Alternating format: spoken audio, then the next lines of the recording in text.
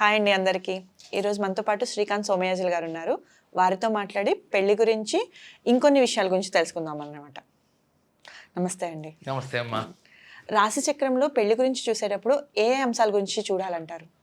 రాశి చక్రం చూసేటప్పుడు మొట్టమొదటిగా చూడవలసింది ఏంటి అని అంటే నక్షత్రాలు ఫస్ట్ చూడండి.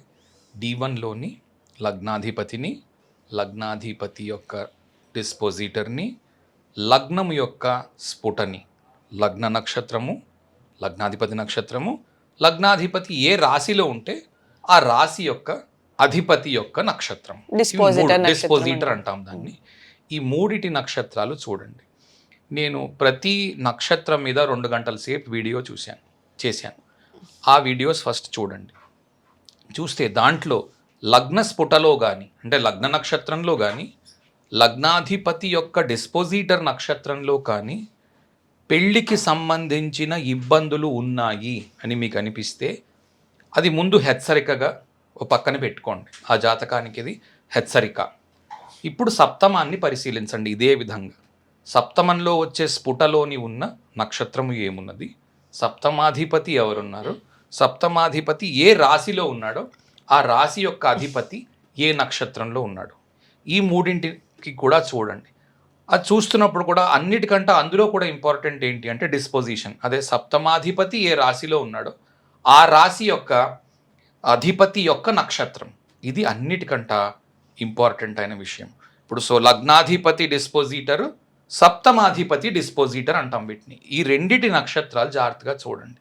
దీంట్లో కనుక పెళ్ళికి ఇబ్బంది పెట్టే నక్షత్రాలు ఉన్నాయి అనిపించినప్పుడు, ఉదాహరణకి పుష్యమి, తర్వాత ధనిష్ట, దాని తర్వాత ఉత్తరాషాఢ, దాని తర్వాత రకరకాలు ఇంకా ఆర్ద్ర, ఇటువంటివి వచ్చినప్పుడు కాస్త హెచ్చరికగా ఉండడము, మిగిలిన జాతక పరిశీలన చేయవలసి ఉంటుంది. అలాగే సప్తమాధిపతిని మాత్రమే కాకుండా సప్తమాధిపతితో పాటు లగ్నాధిపతి పొజిషను కూడా చాలా ఇంపార్టెంట్.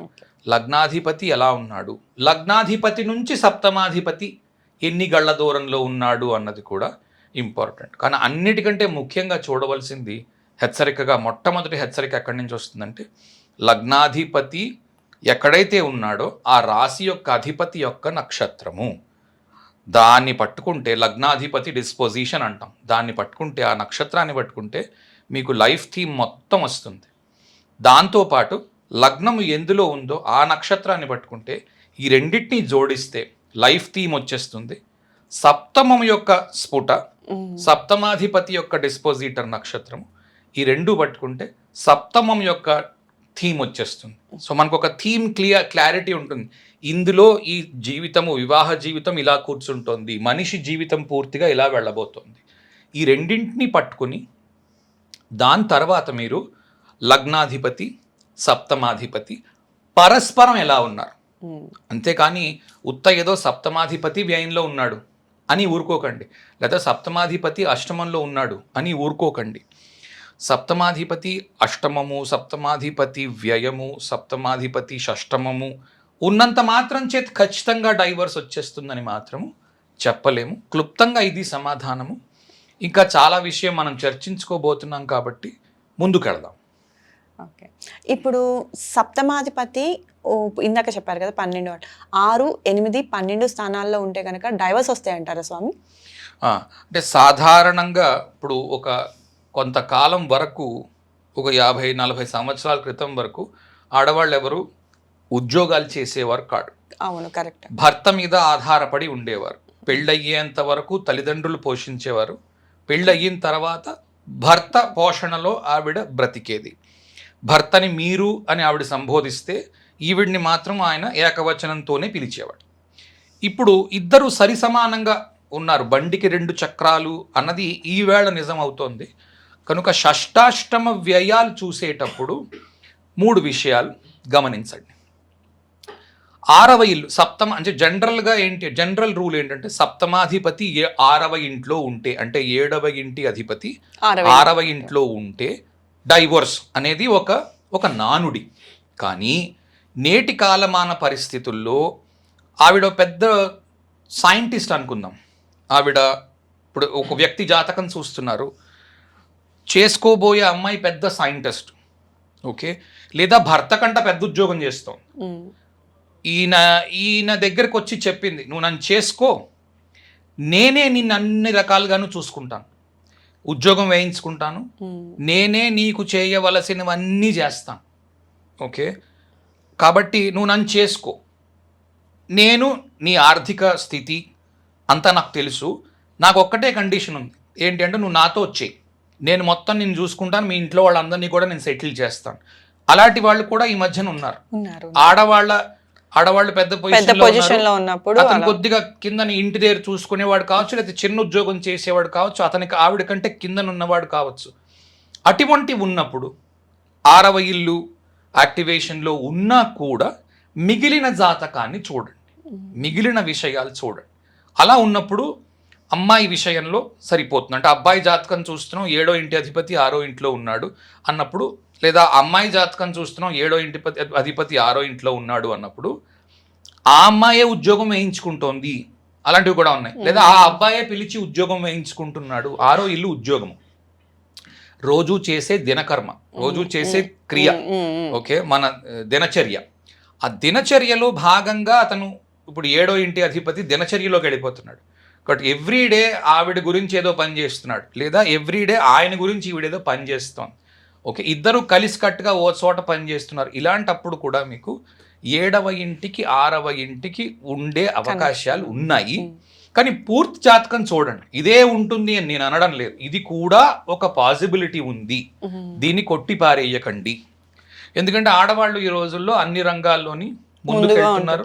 మొన్న వచ్చిన పరీక్షా ఫలితాల్లో కూడా వాటిల్లో కూడా ఆడవాళ్ళు ఎక్కువ పాస్ అయ్యారు, మగాళ్ళు తక్కువ పాస్ అయ్యారు. కనుక అది 6వ ఇంటి సంగతి. అది 8వ ఇంటికి వద్దాం.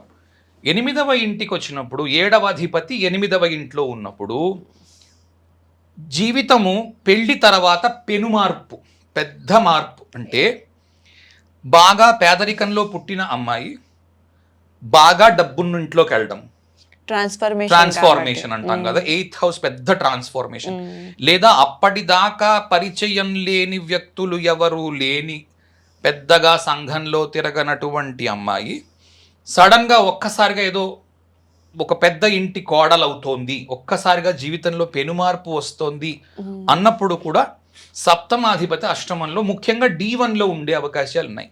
లేదా అమ్మాయికి అబ్బాయికి వయస్సులో వ్యత్యాసం ఎక్కువ ఉంది, పెద్దవాడికి ఇచ్చి చేస్తున్నారు చిన్న అమ్మాయిని, అలాంటప్పుడు కూడా 7వ అష్టమాలకు కనెక్షన్ ఉండవచ్చును, ఓకే. ముఖ్యంగా డబ్బు విషయంలో పెరగడము, వయస్సు విషయంలో పెరగడము, స్థాయి, ఎందుకంటే గ్యాప్ పెరుగుతుంది, ఆ 7వ అష్టమాల గ్యాప్ ఎక్కువ ఉంటుంది. కాబట్టి ఒకటే డబ్బు విషయంలో గ్యాప్ కావచ్చు, వయస్సు విషయంలో గ్యాప్ కావచ్చు, ఆలోచన విధానంలో అంటే అతను ఎప్పుడు యుఎస్లోనే పుట్టి పెరిగాడు, ఈ అమ్మాయి ఎక్కడో ఆవదాల వలసలో పెరిగింది అనుకుందాం, ఉదాహరణకు చెప్తున్నాను. సడన్గా ఇప్పుడు ఆవిడ కనీసం హైదరాబాద్ కూడా చూడని అమ్మాయి ఒక్కసారిగా న్యూయార్క్ చూడబోతోంది అనుకుందాం, జరుగుతున్నాయి, అట్లాంటివి జరుగుతున్నాయి. కనుక అటువంటిది ఏదైనా అటువంటి సంబంధానికి ఇస్తున్నాము అప్పుడు ఇంకొంచెం మరో రకంగా చూడండి. ఇది D1 వరకు మాత్రమే, నవాంశ విషయం నేను మాట్లాడడం లేదు. ఇంకా 7వ 12వ ఇంట్లో అమ్మాయి ఇక్కడ ఉంటుంది, అబ్బాయి US సిటిజన్, ఇక్కడికి వచ్చి పెళ్లి చేసుకుని అమ్మాయిని తీసుకొని వెళ్ళిపోతాడు. 12వ ఇల్లు ట్రావెలింగ్ కదా, పెళ్ళి అవగానే విదేశాలకి వెళుతున్న వ్యక్తి, ఓకే అనుకోండి, అప్పుడు అది సరిపోతుంది, ఓకే. కనుక అది కూడా అవకాశం ఉంది. ఇలాంటివి చూడమంటున్నాను దేనికి, లేదా అమ్మాయి డాక్టర్, 7వ ఇంటి అధిపతి 12వ ఇంట్లో ఉన్నాడు, 12వ ఇల్లు డాక్టర్లు, తర్వాత హాస్పిటల్స్, దాని తర్వాత జైల్స్ లో పనిచేసేవాళ్ళు, పెద్ద పెద్ద ఐసోలేషన్స్ లో పెట్టే పెద్ద పెద్ద రీసెర్చ్ డాక్టర్లు వాళ్ళు ఉంటారు, ఐసోలేషన్ లో పెట్టేస్తారు వాళ్ళని, అటు నుంచి అటు వెళ్ళరు, ఎక్కడ మొత్తం ఏమంటారు ఎవ్వరు ఉండరు, వీళ్ళు మాత్రమే ఉండి పనిచేసే కొన్ని రీసెర్చ్ ల్యాబ్లు ఉంటాయి, యురేనియం అట్లాంటివి ఏమన్నా రేడియో యాక్టివ్ మటీరియల్స్లో పనిచేసే ల్యాబుల్లో పనిచేసే వాళ్ళు ఉంటారు. ఇలా చెప్పుకుంటూ పోతే కోకొల్లలు ఉంటాయి. ఎందుకంటే మన పిల్లలు వాళ్ళ పిల్లలు ఇక పైన వాళ్ళు చెయ్యబోయే ఉద్యోగాలు అవి మనకు తెలియవు, అంతంత రేంజ్లో చేయబోతున్నారు, ఉద్యోగాలు మారిపోతున్నాయి, రోజుకో రకం ఉద్యోగాలు చేస్తున్నారు. కనుక 7వ 6వ ఇల్లు, 7వ 8వ ఇల్లు సప్తమాధిపతి 12వ ఇల్లు చూడగానే డివోర్సు వద్దు అని చెప్పేయడము పరిపాటి. ఒక 20-25 ఏళ్ల క్రితం మీరు ఈ మాట చెప్పారు అని అంటే, మీ నాన్నగారు ఒకవేళ జ్యోతిష్కులై మీరు చెప్పేవారు అంటే అది సరిపోయేది, కరెక్టే కావచ్చును. కానీ ఆ తర్వాత అది సరిపోవడం లేదు. కారణం ఏంటంటే సమాజంలో వచ్చిన మార్పులు. ఆ సమాజంలో వచ్చిన మార్పును నువ్వు అకామిడేట్ చేసుకోకపోతే, జ్యోతిష్కుడిగానో లేకపోతే నీకు నువ్వు జాతక పరిశీలన చేసుకోవాలి. అది ఎత్తుకొని దాన్ని నువ్వు ఆచరణలో పెట్టుకుంటే అది ఉభయతారకంగా ఉంటుంది. అటు చెప్పించుకునే వాళ్ళకి బాగుంటుంది, చెప్పేవాడికి బాగుంటుంది, ఉభయతారకంగా ఉంటుంది. ఇది సమాధానం.